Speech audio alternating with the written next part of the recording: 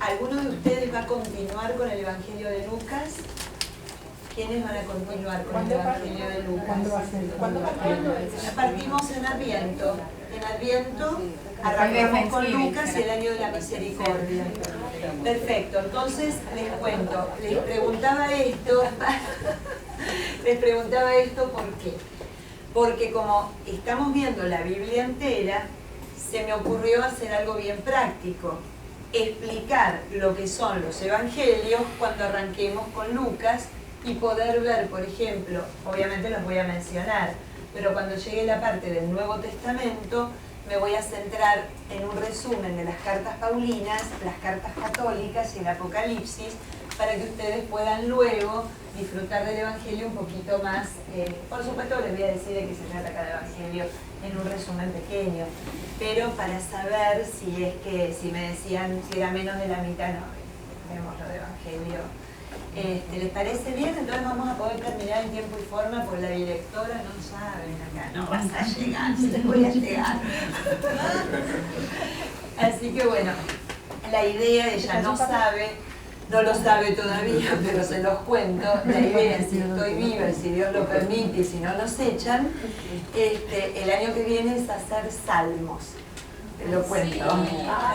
Vamos a hacer, así como hicimos en esta parte, la primera parte, es salmos y literatura sapiencial, porque es de ilustre desconocida. Cuando yo se las presente dentro de, no la semana que viene que vamos a ver profeta, es una de los últimos encuentros que tenemos, que se las voy a mostrar, se van a enamorar, porque es realmente preciosa, y realmente las conocemos bastante poco, y las entendemos menos. Así que el año que viene, para esta época, si están de acuerdo, vamos a hacer salmos y literatura sapiencial, que nunca lo hicimos.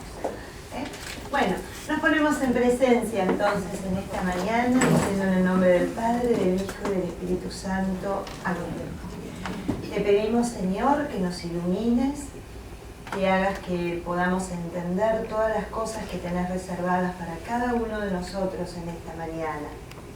Te pedimos además que nos des la fortaleza para poder vivirlo. Y te pedimos además que nos des la docilidad para poder vernos como tú nos ves a cada uno de nosotros. Y así también nosotros poder ver a quienes tenemos a nuestro alrededor. Y te lo pedimos a ti, que vivís y reinás por los siglos de los siglos. Amén. Del Padre, del Hijo y del Espíritu Santo. Amén. ¿En qué andábamos para los que no vienen hace mucho? Andábamos en los libros históricos. Habíamos terminado la semana pasada contándoles yo a ustedes con esta pregunta un poquito loca de mi parte. ¿Es el Deuteronomio el último del Pentateuco o es el Deuteronomio el primero de todo lo que viene después de los libros históricos, de lo que se denomina la historia deuteronomista? Es la pregunta que se hacen desde la década del 70, 80 los biblistas, los que estudian, porque realmente ven que es no algo concluyente, no es como algo que viene dándose en el Pentateuco, bien digo, sino más bien que ven que es una línea que se prolonga en los libros después del Deuteronomio, que son los libros que vamos a ver hoy. Yo les expliqué la semana pasada, no encuentro mi Biblia, no sé si perdón, me la tapaba, gracias. Les expliqué un poquito la semana pasada el contenido deuteronomista. Les decía, ¿se acuerdan que lo leímos? Y vimos de que era un estilo machacón, un estilo de mamá con los niños.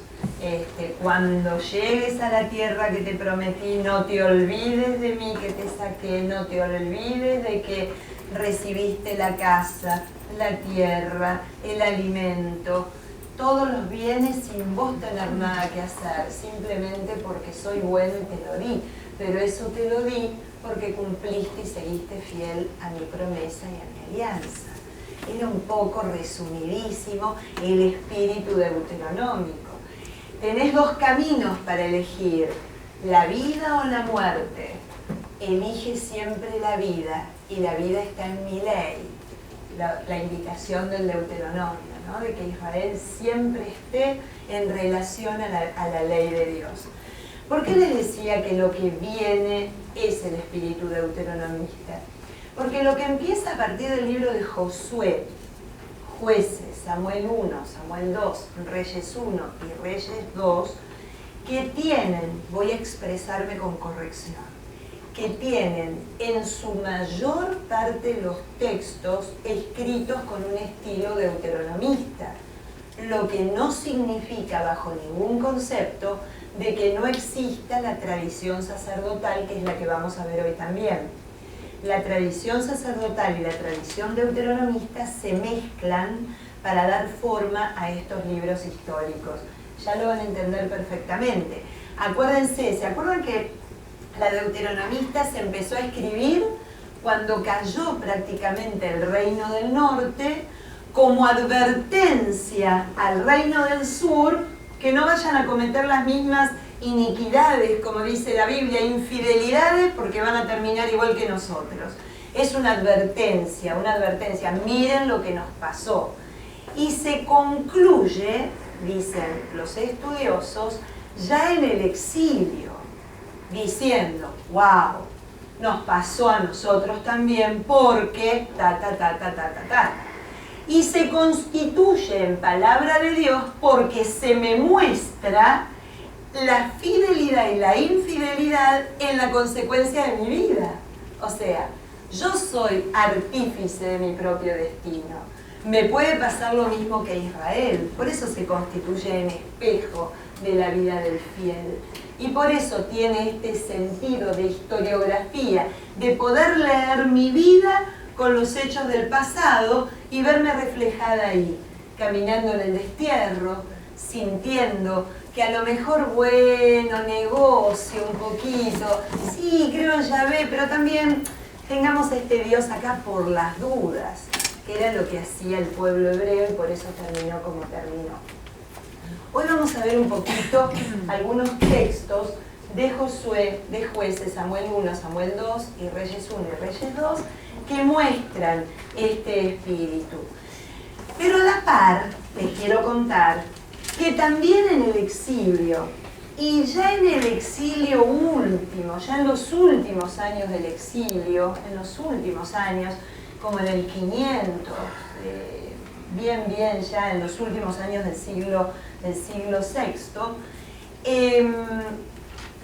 empiezan a aparecer la teología sacerdotal. La teología sacerdotal, ¿qué es lo que mira? A este pueblo que ya está destronado completamente, desterrado por completo, que hay que devolverle esa identidad que empezó a trabajar el Deuteronomio. ¿Se acuerdan? Único Dios, único pueblo, única ley, único rey, única tierra. La unidad la empezó a poner el Deuteronomio. ¿Qué hicieron los sacerdotes? Muy bien, ahora bien, ¿qué significa el único templo? No significa un lugar. El único templo es el lugar sagrado que yo mismo me hago para estar relacionado con Dios. Entonces nosotros que vivimos en el destierro, ¿cuál sería? La comunidad, la sinagoga. Ahí es el lugar sagrado. El espacio sagrado ya no queda sumergido en un lugar determinado porque no existe, sino que lo hacemos nosotros. ¿Y el tiempo sagrado cuál es? Si no podemos peregrinar, ya no hay peregrinación, entonces es el Shabbat. Celebremos el sábado. El sábado va a ser el tiempo sagrado y no necesitamos estar en un lugar determinado para celebrar ese sábado. Entonces, la tradición sacerdotal empieza a profundizar lo que ya empezó el Deuteronomio. ¿Se acuerdan que el Deuteronomio empezó con la metanoia? Yo les decía, el cambio interior, la conversión. ¿Por qué Dios me abandonaste? Ah, no, vos no me abandonaste, tenés razón. El que te abandoné fui yo. Y eso empieza a pasar en el pueblo. No ya a entrar la culpa hacia afuera, sino a ver, revisemos qué hicimos para estar pasando por lo que pasamos. Toman los sacerdotes esto y es eso lo que va a llevar a constituir la teología o lo que se llama la tradición o el pensamiento sacerdotal que va a dar origen al resto de los libros históricos. ¿Que cuáles son? Crónicas 1, Crónicas 2, Esdras, Nehemías, Ruth, Tobías, Judith, Esther, Macabeos 1 y Macabeos 2. Estamos hablando ya de algo que parte desde el exilio, les decía, siglo V, y terminan por ser puestos por escrito en el siglo II, antes de Cristo, en plena dominación griega, que de eso se tratan los libros de los Macabeos. Así que ese es un poco el panorama que vamos a ver hoy. Vamos a empezar entonces, les invito a que abran el libro de Josué. Josué viene inmediatamente después que lo que terminamos de ver el otro día del Deuteronomio.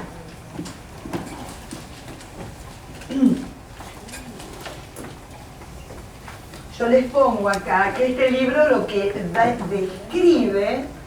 a describir es en realidad con lujo de detalle la conquista de la tierra de Canaán. Josué es el que cruza el Jordán, el que cruza y llega con todo el pueblo. Entonces va a ser descriptivo en qué pasa, cómo se fue instalando, las vicisitudes que tuvieron que ir pasando y sorteando, y las luchas con los pueblos que se encontraban. Es más que nada una crónica, ¿no? Ven que les pongo luchas heroicas, ¿no? Y la fidelidad al Señor que lo acompaña siempre. Vemos a este señor guerrero que acompaña a su pueblo en la conquista de la tierra que le prometió. Hay todo lo que se denomina un lenguaje épico. Acá encontramos el famoso lenguaje épico, ¿no? Dentro de las lenguas que podemos encontrar en las Sagradas Escrituras. ¿Cuál es la finalidad por sobre todas las cosas? La fidelidad de la promesa de Dios. La fidelidad de la promesa de Dios a su pueblo. No es un Dios abandónico. Acá se reafirma esa idea, ¿no? Y fíjense que la preocupación del escritor va a ser más bien la satisfacción que da vivir y disfrutar de la tierra prometida. Qué bueno que es estar acá, Señor. Qué bueno.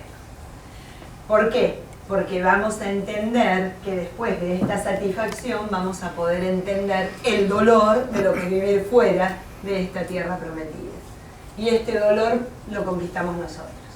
Porque tu fidelidad permanece para siempre. Somos nosotros los que vamos en busca.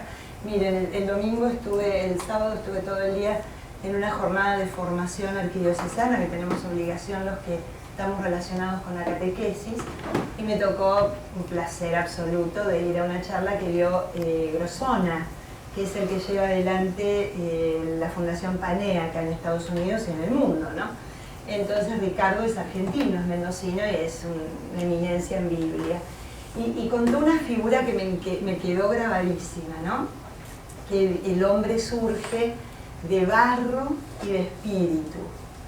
Pero no se sabe por qué misterio siempre apostó más por el barro que por el espíritu. Siempre se elige más esta cosa que nos tira para el lado contrario. Es un misterio, un misterio. Se han escrito, pero en todas las ideologías y en todas las ideologías filosóficas, todas las corrientes filosóficas, no ideologías, perdón, en todas las corrientes filosóficas y religiones es el gran enigma, porque siempre elegimos el barro y no el espíritu, ¿no? Y un poco esa va a ser la comparación. Qué bárbaro, acá va a ser la satisfacción y lo otro va a ser la pérdida de esa satisfacción. Y un poquito, una de las cosas que lo que ven, acuérdense que el Antiguo Testamento para los cristianos se ve desde la perspectiva de Cristo y del reino de los cielos. Nosotros lo que vemos, por eso yo les hago tanta comparación, y me encanta hacerlo, porque es de la manera que uno aprende Biblia, entre el Antiguo Testamento y los Evangelios. Siempre buscamos una conexión, ¿no?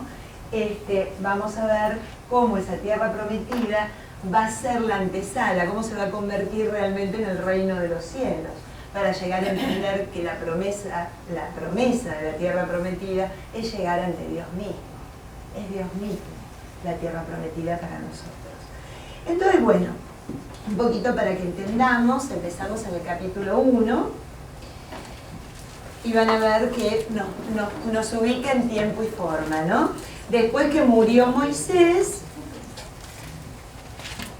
el siervo del Señor, dijo el Señor a Josué, hijo de Nun: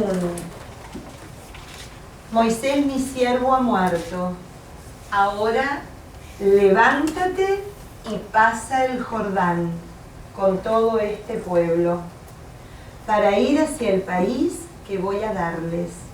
La tierra donde ustedes pongan la planta del pie, yo se la doy, tal como le prometí a Moisés.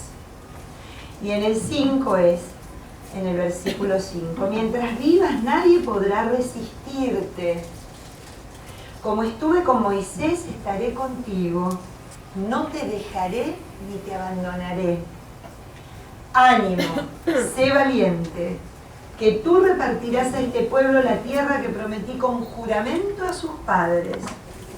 Tú ten mucho ánimo y sé valiente para cumplir todo lo que te mandó mi siervo Moisés. No te desvíes ni a la derecha ni a la izquierda, y tendrás éxito en todas tus empresas. Que el libro de esa ley no se te caiga de los labios. Medítalo día y noche para poner en práctica todas sus cláusulas. Así prosperarán tus empresas y tendrás éxito. Yo te lo mando. Ánimo, sé valiente. No te asustes ni te acobardes, que el Señor tu Dios estará contigo en todas tus empresas. Es hermoso. Ya había sido nombrado por Moisés Josué, pero esta confirmación de Dios hacia la misión que Moisés le había encomendado por parte de Dios es lo que se llama una vocación. Si yo le leyera la vocación de los profetas, ustedes van a encontrar un mismo esquema. Yo te elijo para esto, pero no te dejo solo. Ten ánimo. Un profeta le va a decir como Jeremías, pero soy demasiado joven.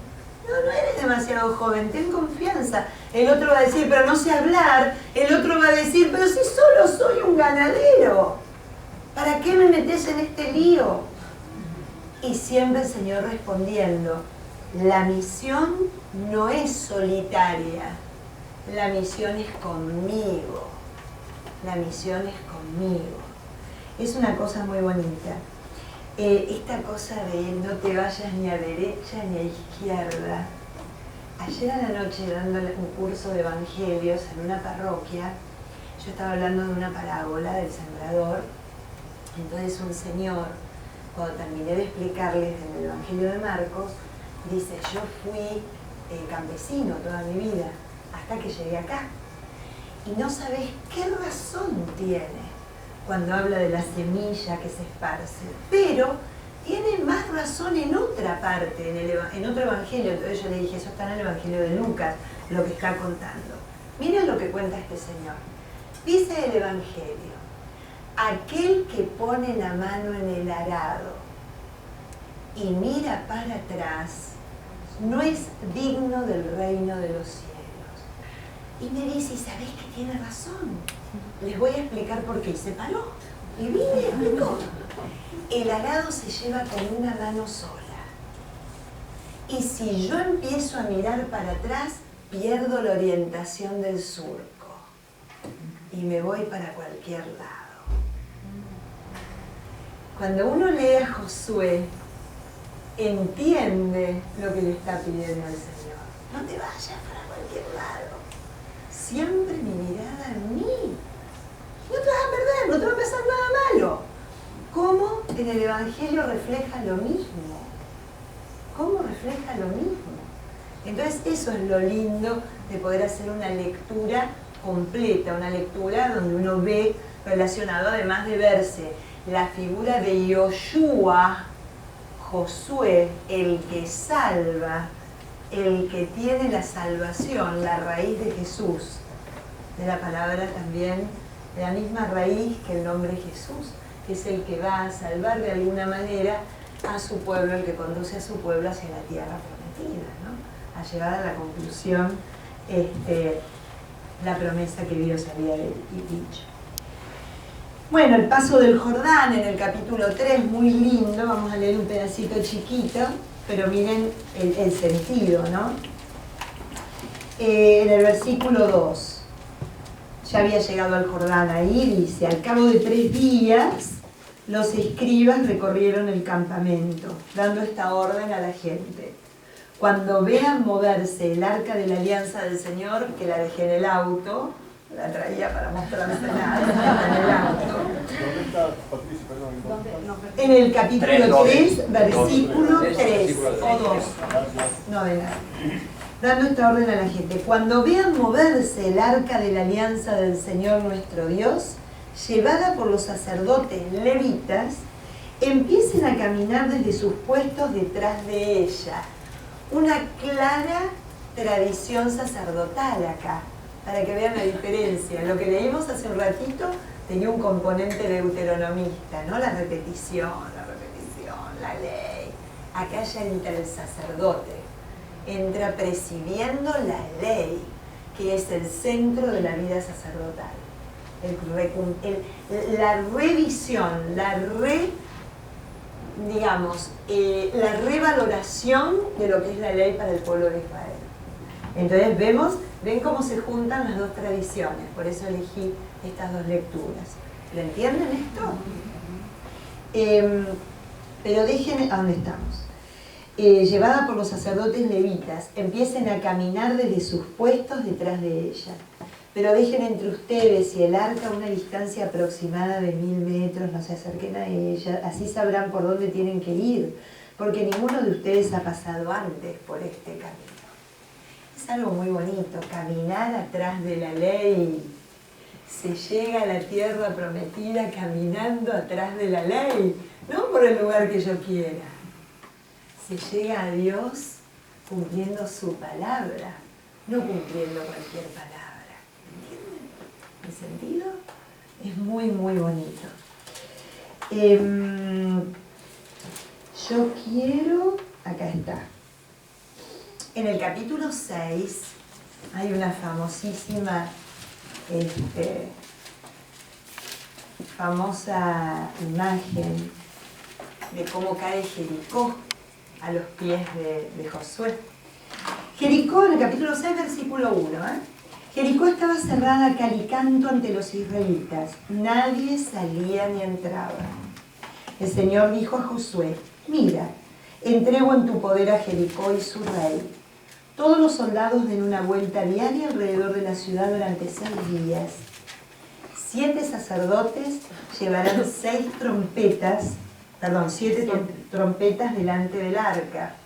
Acá vemos un paralelismo con las 7 trompetas que va a aparecer en el Apocalipsis, tomado de acá del libro de Josué.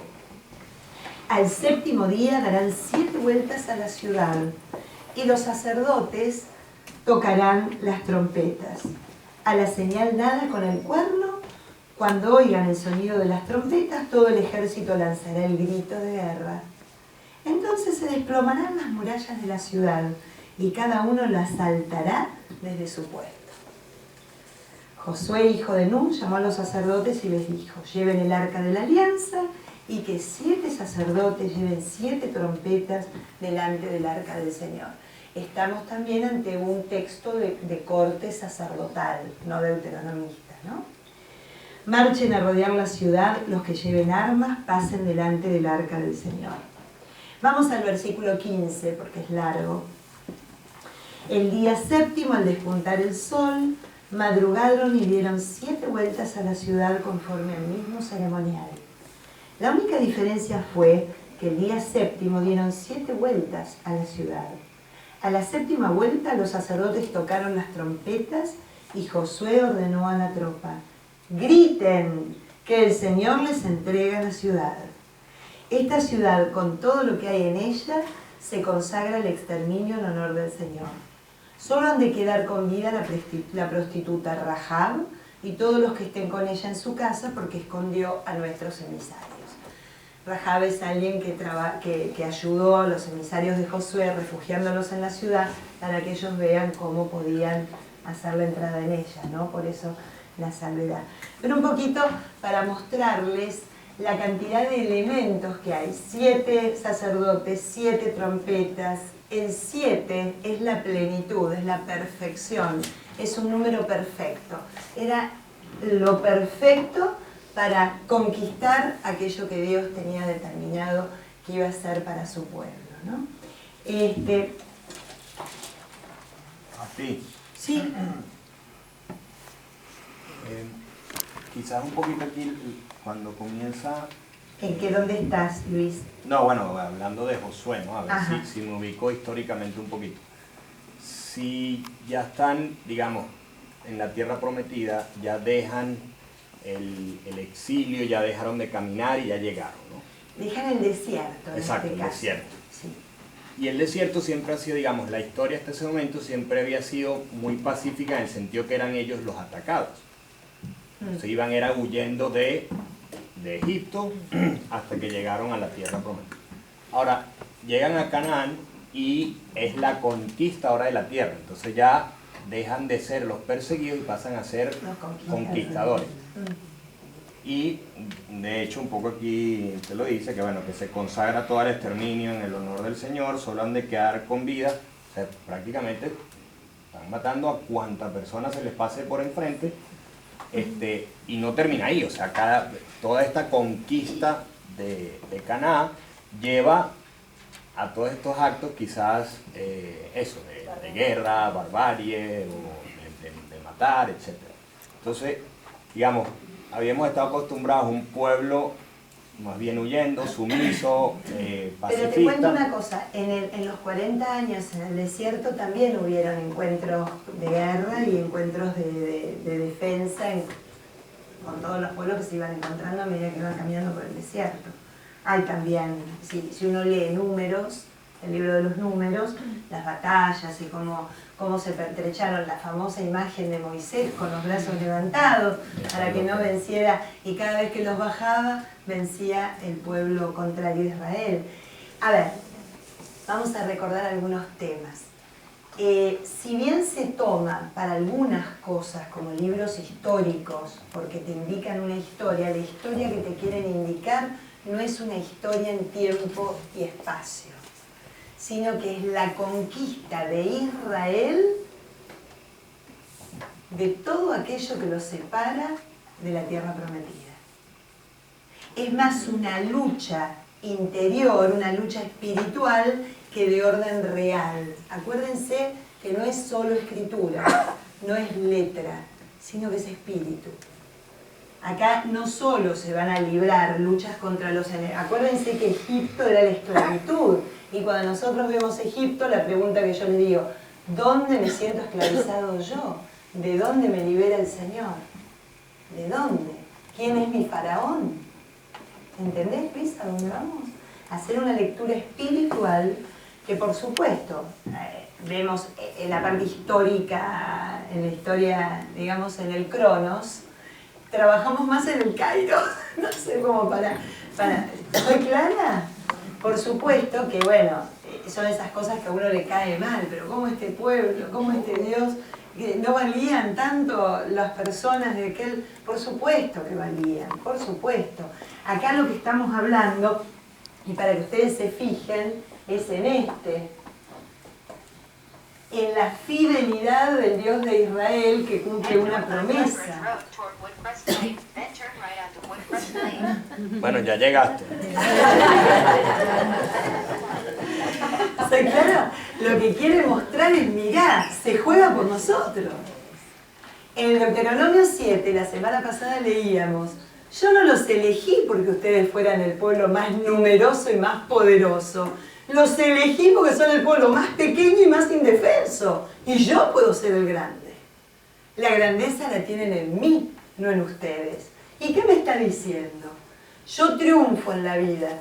Lo que tengo, Señor, no es mérito mío, es don, es gracia. Es amor puro. dado a mí que no lo merezco, que no soy nada. ¿Soy clara dónde apunta? Sí, María José. Por ejemplo, bueno, cuando el pueblo llega a Canaán, ¿no es cierto?, que vendría siendo paralelamente como el reino de los cielos, yo me imagino que cuando uno llega al corazón y se decide y dice, ya, estoy llegando a mi corazón, tengo que despojarlo y luchar contra todo lo que en él hay para poder entrar en él. Porque no caben las dos cosas al mismo tiempo. Entonces esa es la lucha que se da con la la gente lucha, de Canaán. Es sacar toda la porquería que uno tiene enquistada. Es un poco a partir de acá, cómo se va dando la historia de Israel, que va padeciendo cuando se separa de este Dios fiel que lo protege y se refugia en los dioses pequeños, como decía hace un ratito, una incógnita. Abandonan el Dios de los dioses, el Elohim, para ir a un Baal, a un Ishtar, a un Dios del trueno. No sé si soy clara, pero yo hago lo mismo. Yo hago lo mismo. Cuando me ato la cintita roja, por ejemplo. O cuando le confío, ¿no?,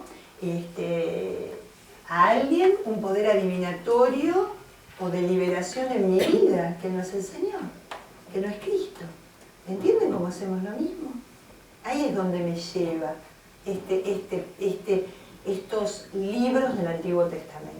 Al final la metanoia es eso, es ir sacando todo lo que no pertenece y es el cambio que uno tiene que hacer. Una sola cosita quiero aclarar de lo que vos decís, que es perfecto. El reino de Dios no es una meta. El reino de Dios ya está acá entre nosotros, desde que Cristo pisó esta tierra. El reino de Dios está. Para poder vivir el reino de Dios es que me ahueco, porque si no vivo mi propio reino. Me ahueco, me corro del sillón del trono y lo dejo que Él reine. Porque si los dos no entramos, y menos yo vengo de un montón. ¿Estamos? Esa es un poco la idea. ¿Quedó claro, Luis? A lo mejor lo vimos un poquito la semana pasada con el tema de la historia deuteronomista, lo que iba pasando y demás, pero si podés, te sugiero que está, ¿no?, la semana pasada ya. A lo mejor lo podés, que a lo mejor te aclara un poquito más ese punto. Gracias. No, por favor. Bueno, y así seguimos, y vamos a ir ahora al libro de los jueces.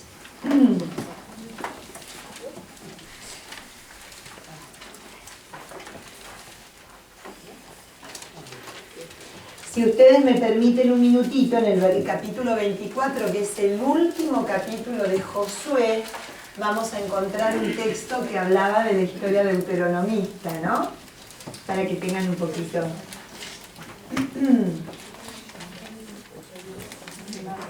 En el versículo 16, capítulo 24, versículo 16. Hola, hola. Acá dice. Capítulo 24 de Josué, antes de entrar a Jueces.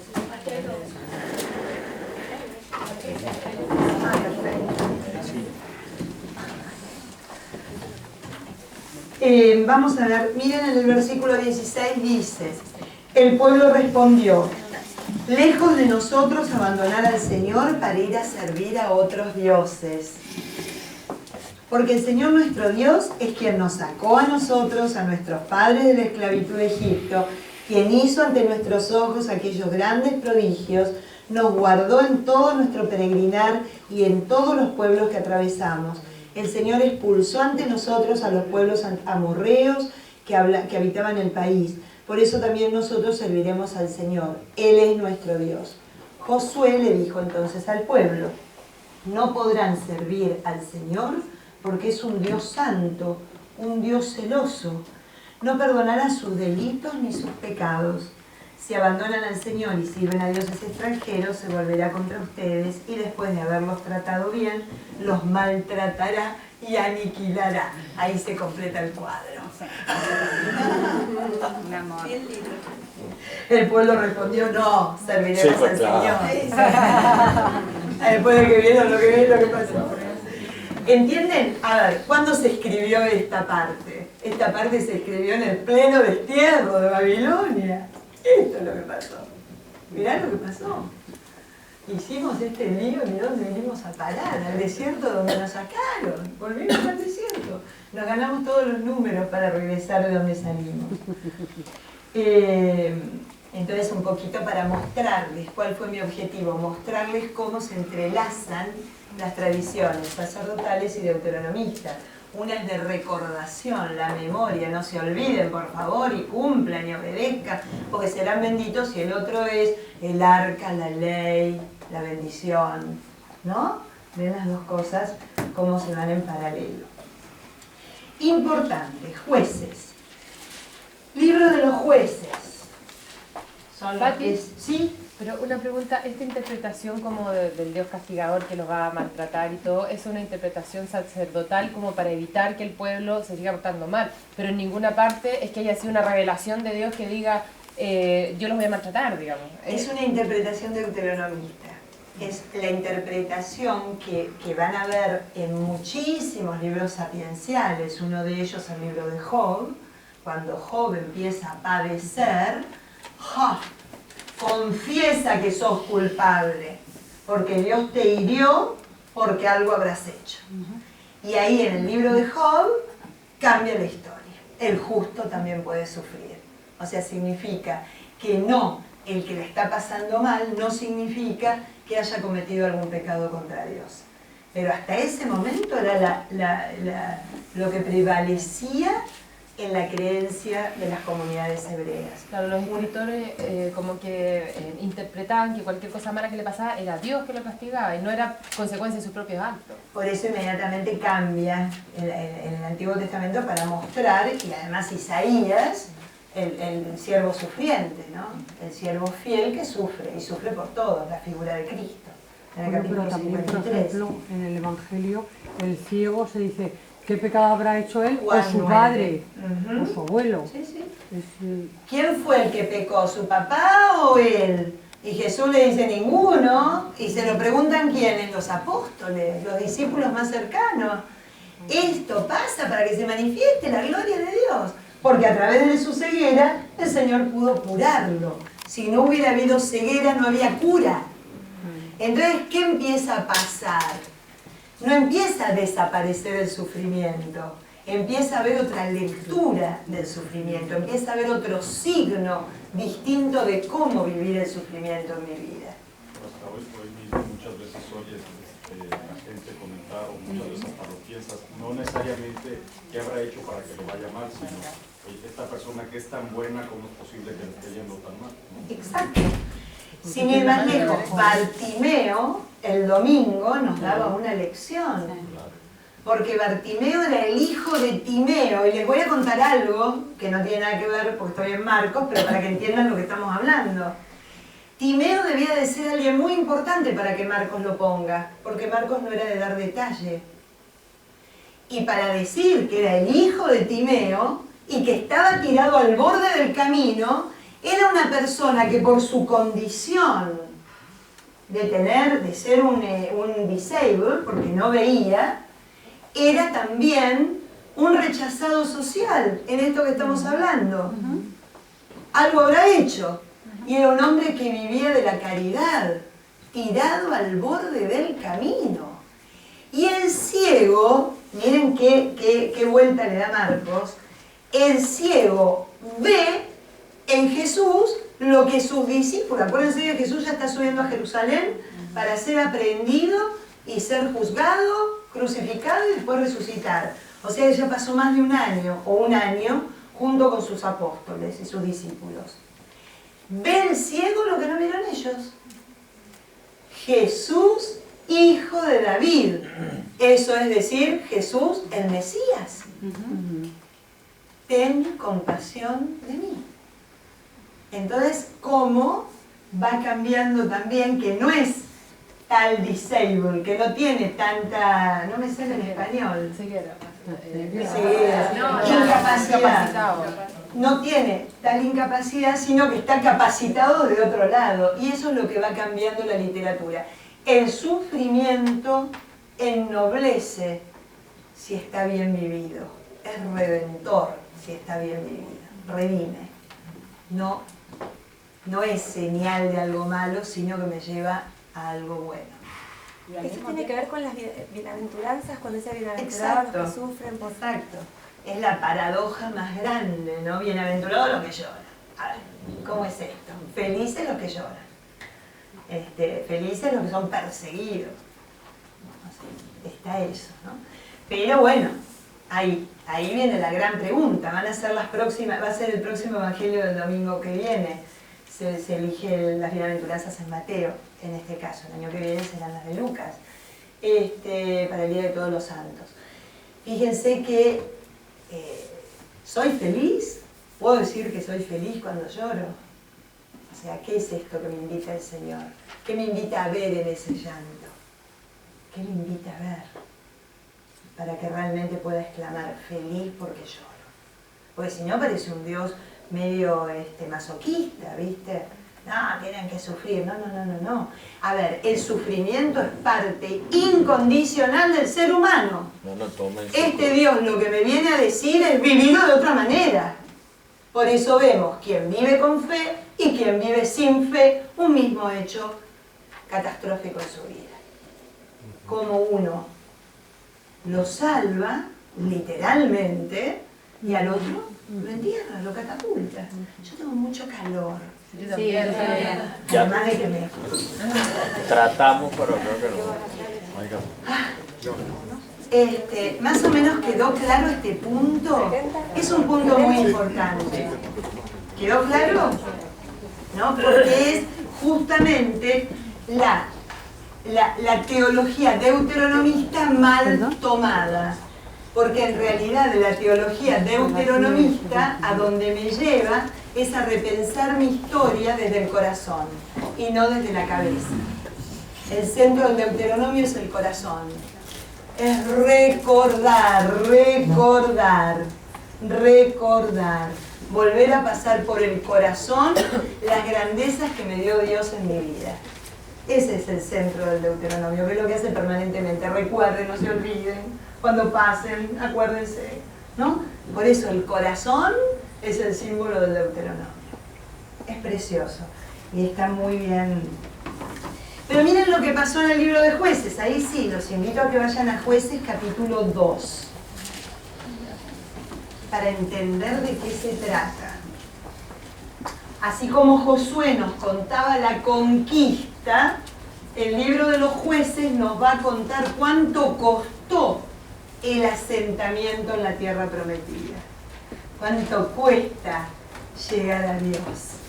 Cuánto cuesta estar con Él, estar en su presencia.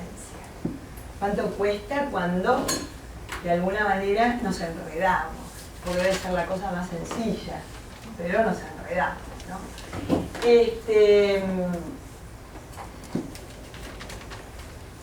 Va a mostrar esto. El pueblo experimenta hasta la ausencia divina como si hubieran sido abandonados por Dios en algún momento. ¿Se acuerdan que lo anterior era todo lo contrario? Era la presencia que acompañaba y que triunfaba y luchaba junto. Acá hay una experiencia del abandono, ¿no? Pero es lo que lleva de nuevo a un recapacitar. No es el Señor que nos abandonó, somos nosotros que lo abandonamos a Él. ¿Por qué? Porque nos dimos a la idolatría, y la idolatría va a ser la causa de infidelidad. Y qué gracioso, ¿no? Porque nosotros nos quedamos pensando, ay, qué suerte, que no hay Baales, que no hay Ishtar, que ya no hay, que no nos vamos a religiones idólatras.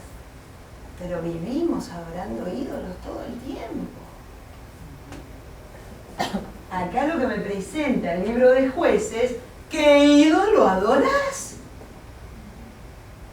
Porque cuando estás adorando a tu ídolo, te separás irremediablemente de este Dios que, como decíamos hace un ratito, desde el corazón te bendijo con multiplicidad de bendiciones.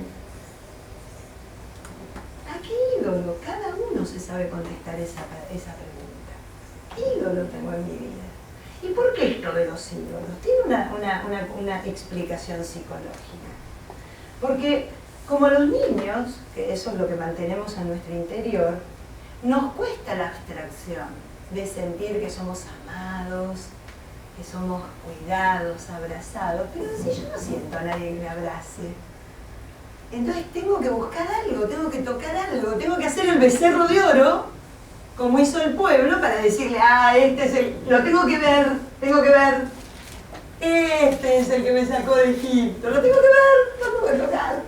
Y encima es fruto de lo que le costó a mi marido los aros, los anillos. ¿Se acuerdan del episodio? Sáquense todas las prendas de oro que las fundimos y hacemos el becerro. Qué maravilloso fue lo que nos dejó el Señor en la iglesia, los sacramentos, para que no tengamos necesidad de ir atrás de los ídolos. Los sacramentos son signos visibles de una gracia invisible que por no poder verla, vamos en busca de lo instantáneo, de lo que me da un poquito así de tranquilidad y ya.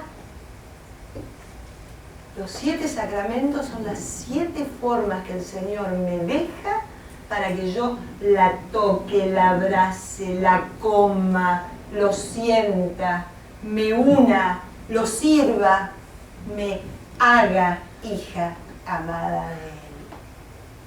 Fabuloso, ¿no? Como conociéndonos, de nuevo no, para que vayan a buscar otra cosa.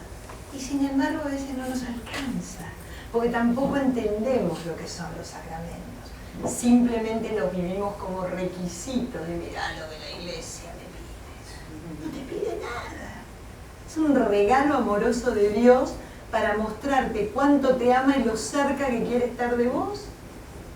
No es un requisito.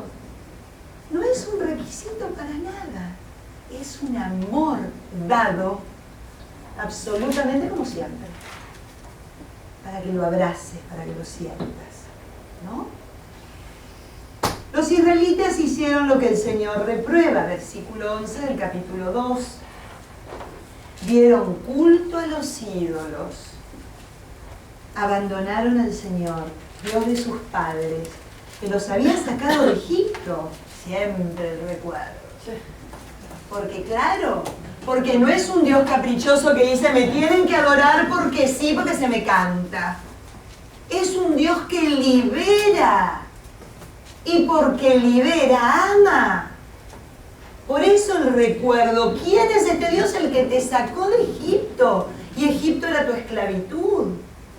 Por eso el recuerdo. No el capricho, que son dos cosas distintas. Y se fueron detrás de otros dioses, dioses de las naciones vecinas, y los adoraron irritando al Señor. Abandonaron al Señor y dieron culto a Baal y a Astarte, que es Ishtar, ¿no? El Ishtar, la diosa del amor y de la guerra de los babilonios. El Señor se encolerizó contra Israel, los entregó a bandas de saqueadores que los saqueaban, los vendió a los enemigos de alrededor y los israelitas no podían resistirles. En todo lo que emprendían, la mano del Señor se les ponía en contra, exactamente como Él les había dicho y jurado, llegando así a una situación desesperada.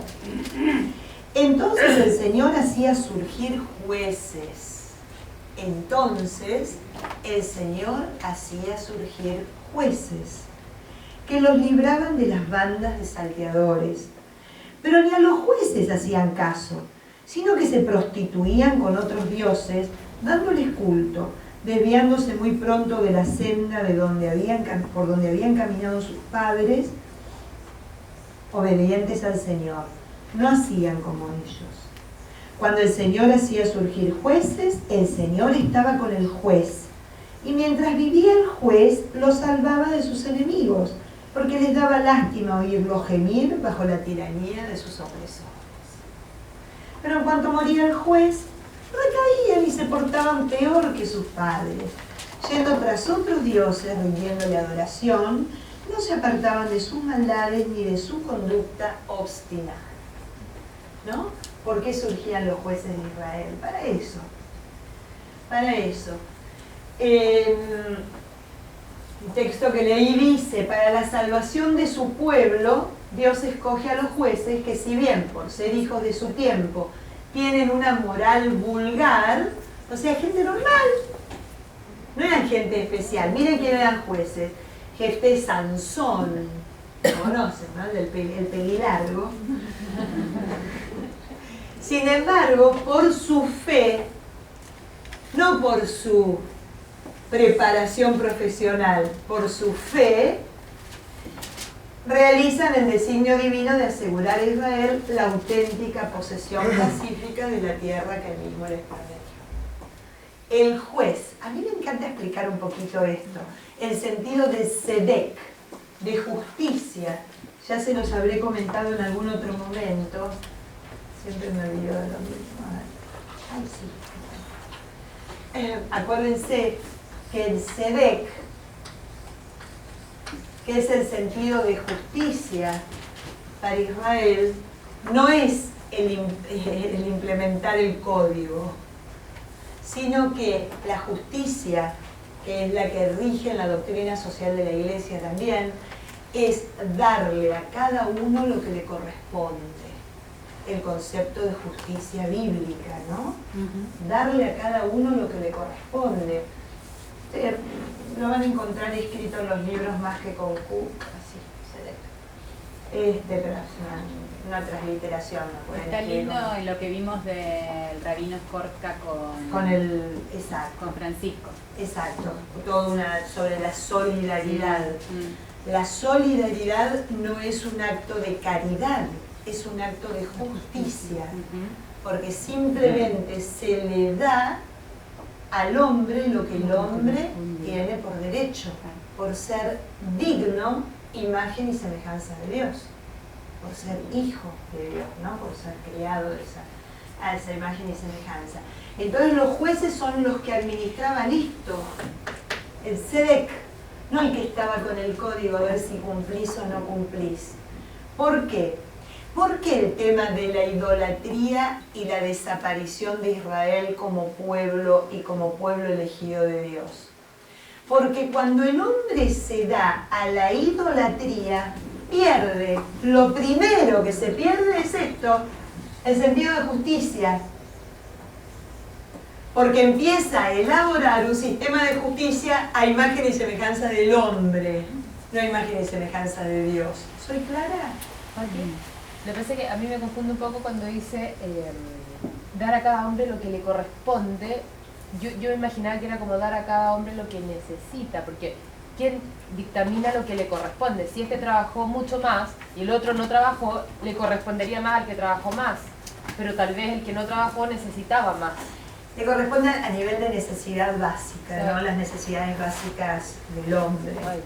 O sea, mirado desde las necesidades. Exacto. Okay. Entonces, fíjense que es lo primero que se pierde, es lo primero que desaparece. Y al desaparecer esto, empieza a ir muy mal el equilibrio social. Y es cuando estos reyes, estos dirigentes o los cabecillas empiezan a maltratar a sus propios semejantes, a las propias personas que forman parte de su clan, ¿no? Abusando de ellas, en todos los sentidos. Entonces eso es lo que hace el juez. El juez pone en práctica o trata de poner en práctica la ley de Dios para beneficio, para un bien común. Y en eso es lo que se basa. Después, bueno, los evangelios hablan 1000 veces de eso y lo hemos visto en el Deuteronomio la semana pasada. Como la ley no solo es no robar, sino no atrasarás el pago del salario de tu empleado. ¿Se acuerdan de lo que vimos en Deuteronomio? Eso es. Cuando se desaparece la ley de Dios, surge la ley del más fuerte, no de Dios. Está en detrimento de lo general. Bueno,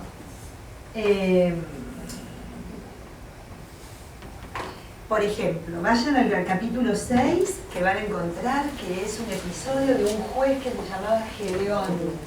Pero nada más que para mostrarles esto que estábamos hablando, ¿no? Como si hubieran sido abandonados. Algo muy importante, se lo puse en rojito. El pulso, el sístole y el diástole, ¿no? De este libro va a ser siempre esto. El pecado por idolatría el castigo, el arrepentimiento y el perdón, ¿no? Es lo que sucede en cada acontecimiento que se narra. Capítulo 6, por ejemplo, así agarré el vuelo, versículo 11.